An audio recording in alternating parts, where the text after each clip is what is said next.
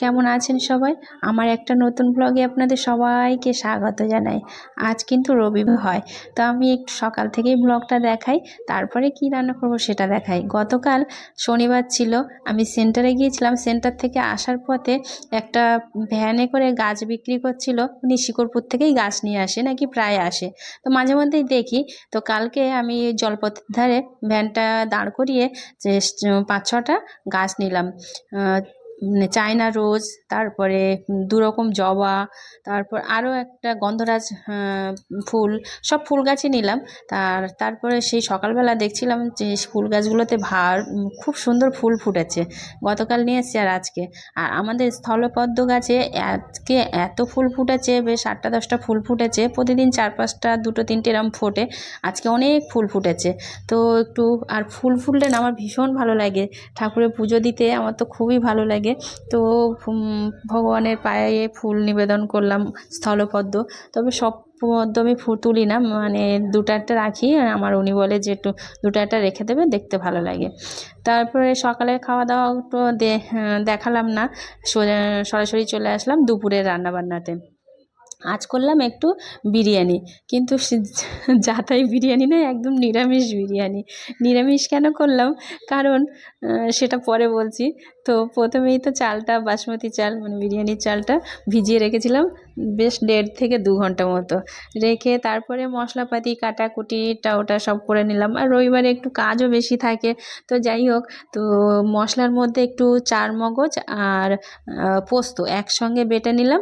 তারপরে একটু আদা, কাঁচা লঙ্কা আর টমেটো একসঙ্গে পেস্ট করে নিলাম। আর একটা আলু বেশ বিরিয়ানিতে দেবো, সেই আলুটা সিদ্ধ করে নিলাম, সঙ্গে সোয়াবিনটাও সিদ্ধ করে নিলাম। আর পনিরগুলোকে আগে ভেজে তুলে রাখলাম, রেখে তারপরে আলুটা ভেজে নিলাম একটু কালার দিয়ে, ওই যে কালার, ফুড কালার যেটা, তো সেটা বিরিয়ানির যে ফুড কালার সেইটা দিয়ে একটু ভেজে নিলাম। আর তারপরে এদিকে গরম জল বসিয়ে দিলাম, দিয়ে ওর মধ্যে একটু গোটা গরম মশলা, একটু লেবুর রস দিয়ে, লবণ দিয়ে চালটা সিদ্ধ বসিয়ে দিলাম, ভাত হতে দিলাম। আর এদিকে একটা টক দই, একটু মানে পোস্ত আর চারমগজটা বেটে রেখেছিলাম, আর টক দই নিয়েছি। টক দইয়ের মধ্যে গুঁড়ো মশলা, ধনে গুঁড়ো, জিরে গুঁড়ো, কাশ্মীরি লঙ্কার গুঁড়ো আর বিরিয়ানির মশলা ভালো করে মাখিয়ে নিয়েছি। নিয়ে তো প্রথমে আলু টালুগুলো সব ভেজে নিয়ে ওই তেলের মধ্যে গোটা গরম মশলা, তেজপাতা ফোড়ন দিয়ে, তাতে প্রথমে আদা, কাঁচা লঙ্কা, টমেটো দিয়েছি, দিয়ে একটু কষিয়ে তারপরে দিয়েছি পোস্ত আর চারমগজ বাটা, দিয়ে তারপরে দিয়েছি ফ্যাটানো টক দই আর যে গুঁড়ো মশলাগুলো সেগুলো দিয়ে ভালো করে কষিয়ে, প্রথমে সয়াবিনটা দিয়ে 2 মিনিট কষিয়ে, তারপরে ভাজা আলুগুলো দিয়ে আবার 2 মিনিট মতো কষালাম। কষিয়ে একটু উষ্ণ গরম জল দিলাম, দিয়ে ভালো করে ঢাকা চাপা দিয়ে সিদ্ধ করলাম, মানে রান্না করলাম। রান্নাটা করার পরে একটু ঢাকাটা খুলে তারপর পনিরটা দিয়ে দিয়েছি, দিয়ে ভালো করে রান্না করে নিয়েছি। ওটা বেশি ঝোল করিনি, ওটাই বিরিয়ানিতে দেবো। তো এবার বিরিয়ানির প্রসেসে আসি। প্রথমে একটু ডেস্কির মধ্যে তেজপাতা আর গরম ঘি দিলাম, দিয়ে তারপরে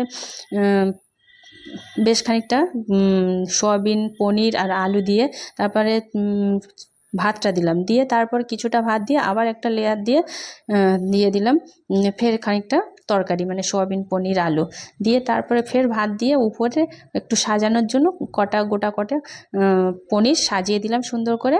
আর দুধের মধ্যে একটু গোলাপ জল, কেওড়া জল আর মিঠা আতর দিয়ে সুন্দর করে সেটা দিয়ে দিলাম, দিয়ে ফুড কালার দিয়ে দিলাম, দিয়ে বিরিয়ানির মশলাটাও দিয়ে দিয়েছি, দিয়ে ঢাকা চাপা দিয়ে বেশ 25 থেকে 30 মিনিট হালকা আছে রান্না করে নিলাম। তারপরে ওদের জন্য করলাম, মানে আমার ছেলে মেয়ে আর আমার উনি খাবে চিকেন কষা, তো ওদের জন্য চিকেন কষা করলাম। তারপরে এই যে বিরিয়ানিটা বেড়ে নিলাম, নিরামিষ বিরিয়ানি, বেশ খেতে সুন্দর হয়েছিল। নিরামিষ খাচ্ছি কারণ আমি এখন দীপদান করছি, এখন 1 মাস নিরামিষ খাবো, সেই জন্য নিরামিষ।